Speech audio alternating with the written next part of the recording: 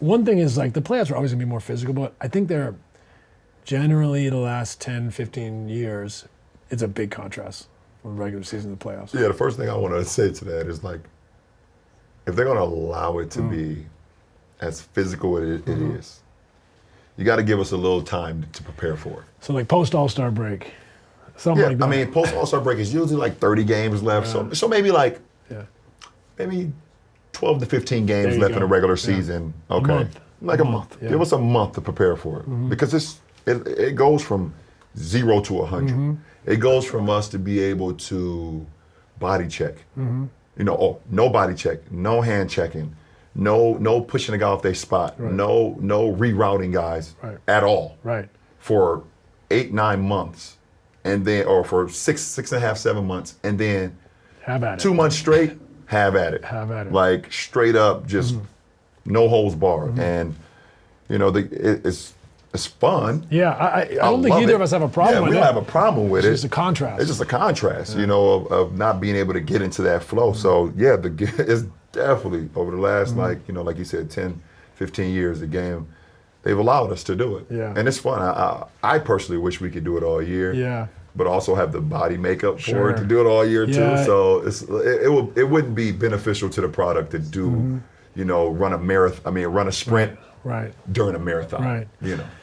That's a great question. That almost draws me out of the discussion into like where are we as a game, right? Like we're playing faster, pace and space, and a part of that is because in the regular season and in the playoffs too, you know, it is beneficial to play quicker to spread the floor, but it is a big contrast, you know. And I think sometimes people say, well, the numbers numerically, the playoffs aren't that much different than the regular season, but I think when you're out there on the floor, it's different. Yeah, when you're out there on the floor, it's different. It feels different. You know, it's different.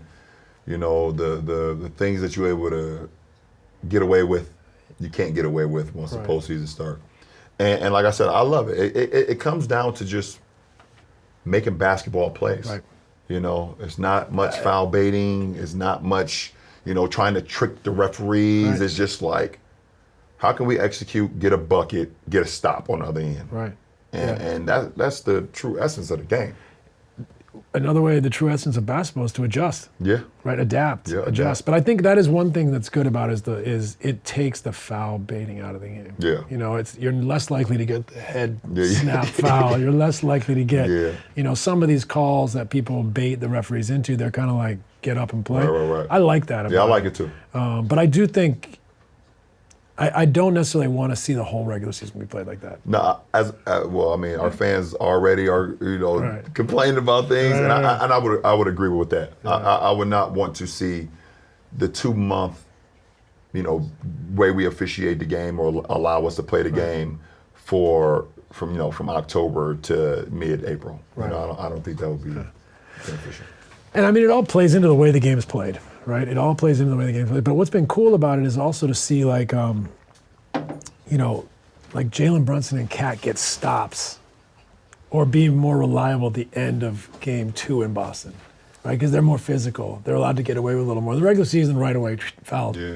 They're either they're in the bonus or taking it on the side, allowing them to bump, use the physicality, things like that. So it goes both ways a little bit, right? Like, you know, in the regular season, you bring up the non-defender, quote unquote. And they can't touch, they can't bump, they can't foul. Now they're allowing to let them play a little bit. So it's actually made, I think, a more competitive game. Yeah, absolutely. In many ways. Absolutely. I mean, listen, you take the seeding out. You take the seeding in the regular, you completely take it out, you know, and you have two teams that's going, and obviously, you know, round one is always challenging for the 8th seed or the lower seed or whatever the case may be, unless you have that team that it doesn't matter if it's regular season or postseason. Right.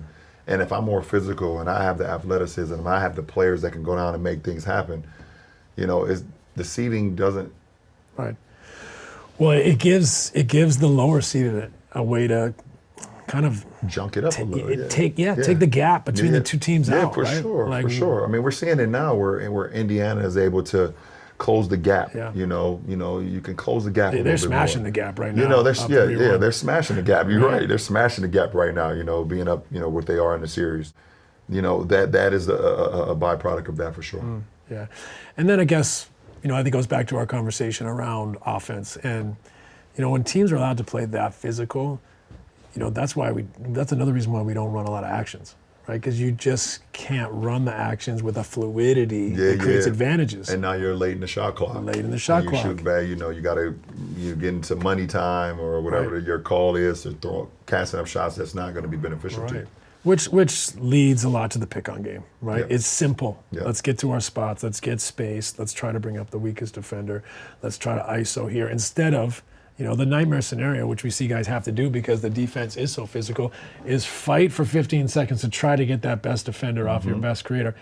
Can't get him off, right? And then he goes ISO anyways. So he's been battling for 20 seconds just to get an ISO that he could have got in the first few seconds. And here comes a step back mid-range too. And that's a big difference for me, right? And that's a big difference from regular season and postseason.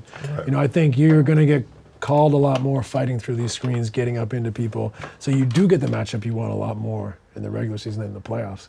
That's why I think it's fun to see because people are now competing on a different level. Yeah, absolutely. It's something to. There's an end game.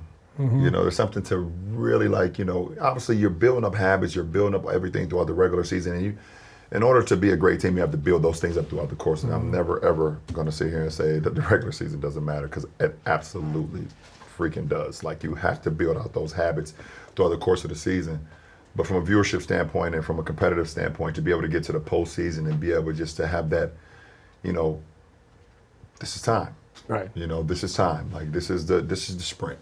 This is the 100-meter yard dash, and we get into it right now. So it's definitely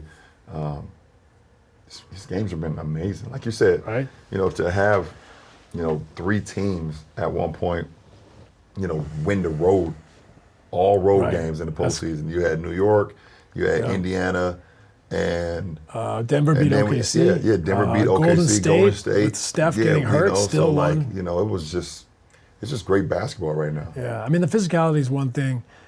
The 3-point variance, there's some numbers around, I think so far this playoffs, if a team took one more 3 than the other team, they're 12-9 in winning. So I know it's a small sample. But that's still crazy. And then there's another one that, I think from 2022 till today, the team that makes one more 3 has a 60% winning record or something. So the 3-point variance has changed what home court advantage means.